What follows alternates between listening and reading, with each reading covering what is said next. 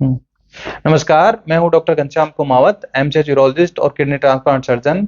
स्वागत करता हूं आप सभी का एक नए वीडियो में, जो बहुत ही एक आम टॉपिक है, पेशाब में जलन। हम सभी इसको कभी ना कभी लाइफ में जरूर अनुभव करते हैं, पेशाब में जलन को। तो ज्यादातर लोग क्या करते हैं, अपने स्तर पर एंटीबायोटिक्स ले लेते हैं ये सोच के कि पेशाब में जलन है तो मेरे को इन्फेक्शन हो गया है, और फिर वो एंटीबायोटिक्स अपने हिसाब से ही बंद कर देते हैं।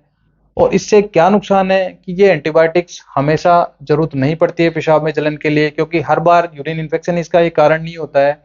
और एंटीबायोटिक्स अपने शरीर के जो नॉर्मल बैक्टीरिया, जो नॉर्मल कीटाणु, जो अपने को फायदेमंद होते हैं, अपने शरीर के लिए, अपने इम्यूनिटी के लिए फायदेमंद होते हैं, उनको भी डैमेज करती है, उनको भी नुकसान पहुंचाती है।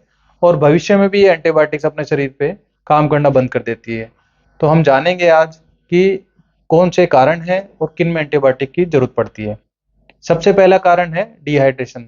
हमारी रूटीन लाइफ में कई बार हम लोग काम में इतना व्यस्त होते हैं, खासतौर से जो किसान पॉपुलेशन है, वो खेत में काम करते हैं गर्मी में, तो पानी पीना भूल जाते हैं दिन में, या बहुत कम पानी पीते हैं, या कहीं कई बार अपन ट्रेवल कर रहे होते हैं हम लोग, तब भी पानी पीना भूल जाते हैं।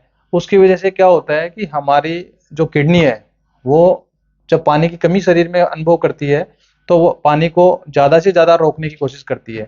तो पेशाब गाढ़ा बनता है, और वो गाढ़ा पेशाब ज़्यादा एसिडिक होता है, तो वो पेशाब में जलन करता है। इसका कुछ नहीं करना होता इस कंडीशन में, अपने को ज़्यादा पानी पीते ही, जैसे ही यूरिन अपना थोड़ा सा कम गाढ़ा होता है, तो अपने को पेशाब में जलन ठीक हो जाती है। इसलिए केवल पानी पीने से ही ये ठीक हो सकती है। उसके बाद अगला कारण आता है पथरी। जब कभी भी पेशाब की थैली में पथरी हो, या फिर गुर्दे की नली के निचले हिस्से में पथरी होती है, वो भी पेशाब में जलन का एक बहुत बड़ा कारण होती है। अब क्या होता है, इसमें जलन, जो पथरी की वजह से जलन होती है, ज्यादातर केसेस में पेशाब करने के बाद में फील होती है, लास्ट में। तो जब भी आपको ऐसा फील हो, तो आप अपने यूरोलॉजिस्ट से परामर्श लेके सोनोग्राफी वगैरह करा के पथरी की जांच कराएं, ताकि इसका सही इलाज हो सके। इसमें भी आपको एंटीबायोटिक्स की जरूरत नहीं होती है।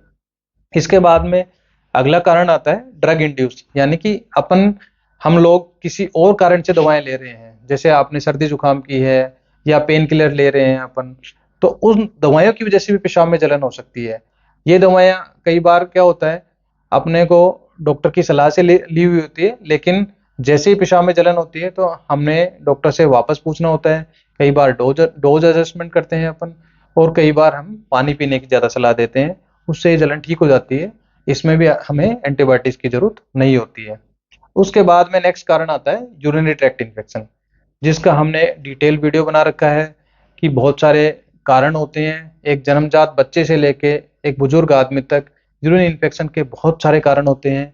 इसमें हम एंटीबायोटिक्स एडवाइस करते हैं पेशेंट को, और डॉक्टर जब एंटीबायोटिक एडवाइस करता है, वो कुछ टेस्ट के आधार पे करता है। और जब भी डॉक्टर एडवाइस करता है, तो आपको ये सलाह जरूर देते हैं कि भाई दिन में 2 बार लेनी है, या दिन में 3 बार लेनी है। 2 बार का मतलब ये होता है कि हर 12 घंटे में लेनी है।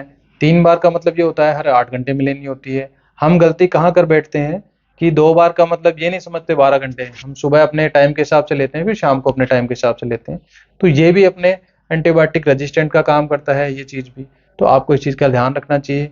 और जब आपको इन्फेक्शन है, तो प्रॉपर आपको डायग्नोस्टिक टेस्ट करा के पूरा इन्वेस्टिगेशन करानी चाहिए कि भी कारण क्या है। उसका हमने अलग से वीडियो आपको बना ही रखा है, जिसका लिंक आपको डिस्क्रिप्शन में मिल जाएगा। उसके बाद में आता है सबसे लास्ट कारण, सेक्सुअली ट्रांसमिटेड इन्फेक्शन। कई बार आपने फील किया होगा कि सेक्सुअल इंटरकोर्स, यानी अपने पार्टनर के साथ शारीरिक संबंध बनाने के बाद भी पेशाब में जलन होती है।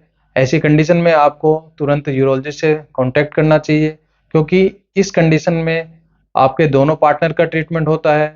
अकेले पार्टनर का ट्रीटमेंट करने से उसमें बार बार इन्फेक्शन होने की संभावना रहती है, और एंटीबायोटिक मिसयूज होने की संभावना बढ़ती है। तो थैंक यू।